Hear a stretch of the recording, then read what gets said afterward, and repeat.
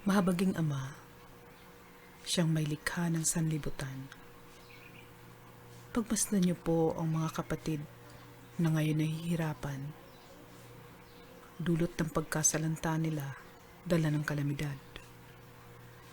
Wala po kaming kapangyarihan upang hadlangan ang mga dilubyong maaaring dumating at magdulot ng pagkawasak ng aming mga ari-arian na maaari ring magdulot ng aming kamatayan. Nagsusumamo po kami na sana'y bigyan niyo po ng awa ang lahat ng mga biktima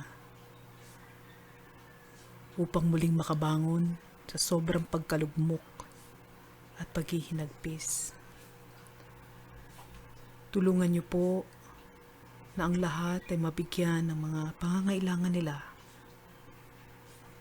at muling maaari silang tumayo upang ipagpatuloy ang bawat buhay na taglay. Sana po ay mapakilos ninyo ang mga namamahala na maging maagap sa pagbigay ng tulong at ayuda para po sa lahat na walang kinikilingan at walang pinipili upang ang lahat ay mabigyan ng wasto at nararapat.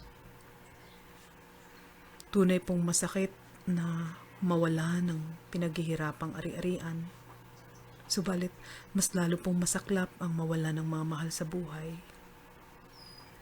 Tulungan niyo pong humilom ang mga sugat at mabigyang lunas ang bawat bighati. Sana po ay iligtas ninyo kaming lahat sa anumang sakunang maaring parating at dumating sa aming buhay. Kayo lang po ang aming inaasahan, mahal na Ama. Amin pong dasal sa pamamagitan po ng ngalan ni Jesus na inyong anak at aming tagapagligtas. Amen.